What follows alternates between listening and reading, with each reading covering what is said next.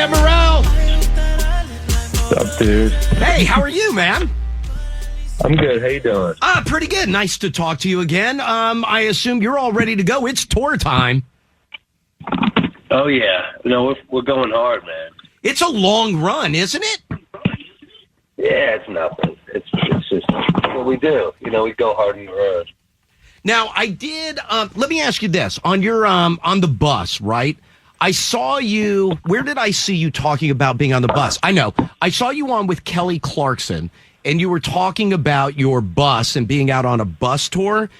And I think you said to her, which is, I don't think what anybody would expect your bus to be like, but you said it's all like, obviously you go do your shows and, you know, that's the work. But then it's like red wine and movies afterwards. Yeah, sometimes scotch. You know, you don't want to drink the same liquor every night, I think. You know, you want to, you know, that's my health tip is mix up the liquor. It keeps you young. Yeah. I like, look, I mean, Gary's married. I'm in a relationship. Like there's only, so what are we going to do? Chase ass? And you kind of just are like, let's find a movie, you know? And, no. It's almost like an adult sleepover, you know? No, but Sam, I imagine that it would be like, get back on the bus and listen, whatever you're drinking, and you're right, switch it up and the whole thing. I just figured it would be nonstop sports the entire time. Well, we do that too. I mean, yeah. I mean, look, if there's a Knicks game, I'll watch the Knicks. But you know, they're not as into basketball as I am. So, like, they will watch the Knicks. James, our videographer, has gotten into the Knicks because of me. He's a Chicago kid who legitimately became a Knicks fan because of my fandom. Right. So I'm honored. But yeah, I mean, no, they're not as into. But you'll still be on the road. You'll be on the road when baseball season starts.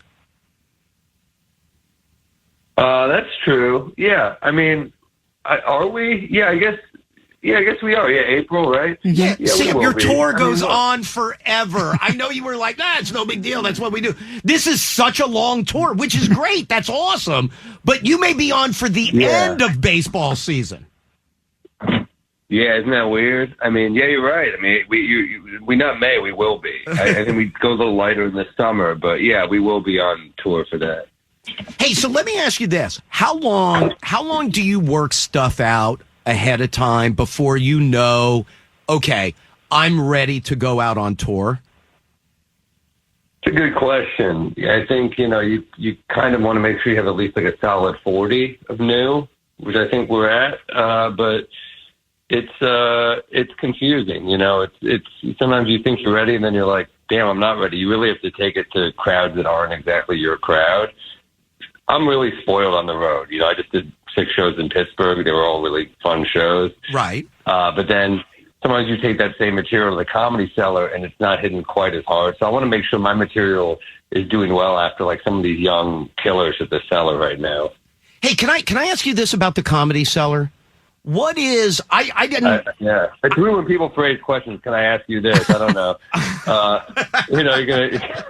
I don't know what you're gonna ask. I mean, you just gotta ask to know. Okay, let me ask you this then. New joke night at the Comedy Cellar. Is that a known thing? Or is that open to the public? Of course, yeah. What do you think? We're just performing for each other like a weird cult? Yeah, you got to have a crowd. But do people know that it's? You were talking somewhere, and you said that you'll go do new joke night at the Cellar, and that it's a bunch of comedians that go up there and they just try out new stuff. And the part that stood out was you talking about, I bomb all the time. I go to new joke night where you're just trying stuff out, and comedians bomb all the time. But does the audience know that it is new joke night, that's what they're there for? Yeah, that's how bad some of my new stuff is, I guess. They're aware of what the show is, and I'm still doing poorly. So, yeah, it's impressive. Yeah, you know, it annoys me. Some comics will cheat, and I'll be like, hey, I heard that comic do that joke on late night or so. You know, I'm like, I've heard that bit before. Oh, and now really? You're watching. Like, screw you. You're messing up the curve. It's supposed to be new. You know, it's usually stuff I've tried that day. Sometimes I'm tinkering with a joke that has something working, but there needs to be more, and I need to figure it out. So it's kind of a mix of brand new stuff I've never said and stuff that's kind of like, there's something here and I can't crack it. And, I mean, I will bomb sometimes, sure. Sometimes I kill. I mean, but it's you leave with one new joke, mission accomplished, right? So Who cares if you bomb? The plan is to, it's like laying bricks, these new hours. You need to keep adding a line here, a line there, and you feel productive. I mean, when I'm doing 21 shows in a month, 21 hours rather, not just shows, but 21 long sets, you do get better a bit more quickly because you just are in the rhythm. You're in that comedic rhythm when you're speaking that much think about 21 hours. That's like, how much talking do you even do in a regular day? Like the majority of my talking that month, maybe not the majority, but a good portion of it is going to be stand-up. Yeah, right. So you're going to be on stage. That voice a little bit. Right, exactly. Is that a common thing? I love the idea of that at comedy clubs, especially if, and listen, I don't know if all of the comics are as famous as you are, Sam, but I love the idea of sitting there and watching like known comics give birth, if you will, to new material. What a great night that's got to be.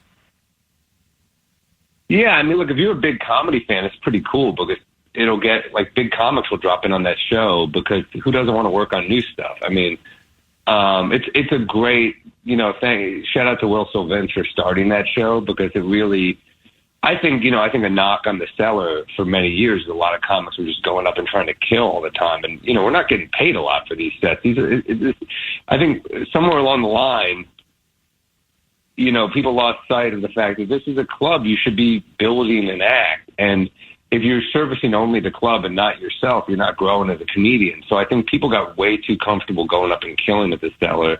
And, it's cool for the show that people are killing, but also, like, it's bad for the culture, if that makes sense. Yeah, totally. You want to always be striving for more in your act. And, the patriarchs of these clubs, these New York legends like Colin Quinn, Dave Attell, all these old school comics who still, go up there all the time, they are always doing news. So it made no sense that this was kind of the vibe of the club. But, then Colin Quinn started doing hours at the Fat Black Pussycat, which is one of their sister rooms. And I copied him. I was like, well, if this is what CQ is doing, this is what I'm going to do. And it turned out to be a great place to develop material. So, it's, you mentioned I like sports. Well, it's a lot like a locker room where you look at the veterans. What do the veterans do? And you kind of learn, well, this is how I should carry myself. Hey, so the other thing is, and this will kind of get back to that. I saw that you did Torching 2024, the roast on Netflix that Jeff Ross kind of hosted. And you and Norman went out together and did that. First of all, is that awkward? Like doing a roast where two of you were out there at the same time? Is that a little bit weird to do? I wasn't excited to do it, to be honest. I mean, they asked us separately. They didn't want us to go up together. That was kind of our idea. Right. So, I mean, was it awkward? I mean, we brought it on ourselves. I think we were bored by the idea of just roasting a year. We think a conceptual roast is stupid. It was not a good idea. It was. I knew exactly what that show was going to be. I knew it was not going to be as good as the regular roast, right. And I think Mark and I did well despite that because we worked hard on the jokes. But dude, we had like a week to write those jokes. We had help obviously from the writers' room and some writers that we got to help us. But like, ultimately we want to do a lot of the jokes that we write. That's how we operate. And it was not a lot of time to prepare. I think for a regular roast, you get like months. We didn't really get that. And also, it felt fairly scrapped together. You can't really roast a thing. The purpose of a roast is for the people to be in their room. And, right. Yeah, I get that. I'm just tracking someone. So I didn't like that in concept. And that's why we kind of focused mostly on P. Diddy and Luigi, because we're like, well, the reason they're not here is because they're in prison. So we don't feel bad trashing them. But, I just didn't think it was a good idea. And I knew it was going to be a bad idea, but, Mark kind of agreed on it, thinking I was already doing it, and then I felt like, all right, what the hell, I'll do it with Mark, you know. But it was cool because, again, there was another video of you and Mark kind of just running through the jokes at a comedy club that was just like, it wasn't, you guys weren't performing, you were just telling the jokes. That was fun to watch because it really is. All right, let's just try it. Let's just try it. You guys thought the Jay-Z joke would get cut. That made it in. Yeah, they told us it would get cut. That's why we thought that. They said you can't do any Jay-Z jokes. And well, Mark was like, well, that's a really good joke. Mark was so proud of that joke, and I thought it was a great joke. It was so simple. It's funny to see what hits. You don't know really what's going to hit. But yeah, you know, we ran the hell out of it for for the time we were able to, like a week. And I mean, we love working together. We have a lot of fun working together, and I think Mark is a great ear for jokes, and I think we were really helpful at tweaking not just our own jokes, but each other's jokes, and we're honest with each other. So it was a cool experience to work that intimately with a friend, and a friend who you respect, obviously. But, you know, like you say, having that time to be able to go through it, and it was not, I don't want to say thrown together, but you didn't have much time. No, you can say that. It was thrown together. Okay, it was thrown a poorly put together production. I think Hamas put more work into their operation, and the crowd, their crowd felt like less hostages than Hamas's. No, but I was listening to your podcast with Mark, and you guys were talking about, this was kind of right after Nikki Glaser hosted the Golden Globes, and like obviously she worked with writers. I think it was before. We did it before the Golden Globes. We taped it like towards the end of December. Oh, okay. But was it where you guys were talking about she had run that Golden Globe set like 130 times before getting to the Golden Globes? Right. That seems like a lot. Yeah, I mean, good for her. It sounds crazy, but like, you know, it's these things evolve. These sets start one way and then are kind of guided. People forget that this is a form of entertainment that the audience is a big part of. So they're part of the editing process. So they help us write. We kind of feed off what's working, and we kind of go from there. So it makes total sense that she ran it into the ground. Also, it's a live event. You want to make sure it's in your muscle memory. You know, You don't have to think.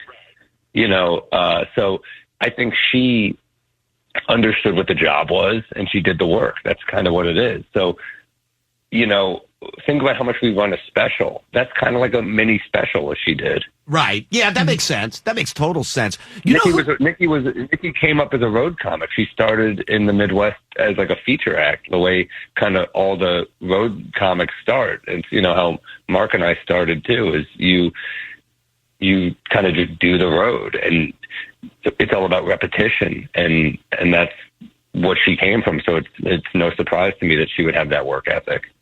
You know, the other person that was on the podcast, you had Blake Griffin on. And admittedly, Sam, I'm not a basketball guy at all, but I do know who Blake Griffin is. Obviously, he's a very big star, was a big star.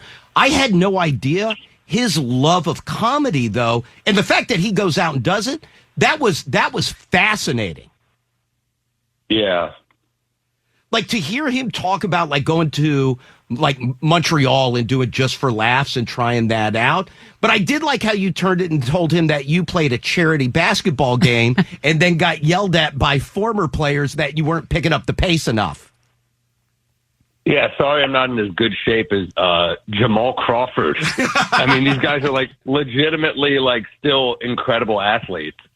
And I'm just, I'm not... I'm not a defensive stopper on former NBA players. I'm sorry. I really had to close out on Steve Novak in one play, and I was so proud he didn't shoot it. I was like, oh my God, he didn't shoot. But yeah, Tim Thomas and Jerome Williams, former Knicks. I mean, first off, Jerome Williams' nickname was the Junkyard Dog. Is it shocking that I don't have the same hustle as a guy with that nickname? So yeah, I had a hard time getting back. I was also coming down with a really nasty cold, so it was like I didn't realize it, but I was like, man, I was like extra winded. I'm normally not even that winded, but I was coming down with something, and that I was like, wow, I'm like coughing a lot. I was sick. I didn't realize it, but I was sick. You don't realize it sometimes till you have to run the full length of the court again and again. Was it the junkyard dog, though, who was like, come on, you got to really hurry and get back. Like, you got to get back on D. Yeah, he was like, he thought I'd be in better shape or I don't know. I mean, he was like annoyed. He was kind of like, you got to like, because they're competitors. And look, I don't want to lose either. I was pissed we lost as well. I thought we should have won.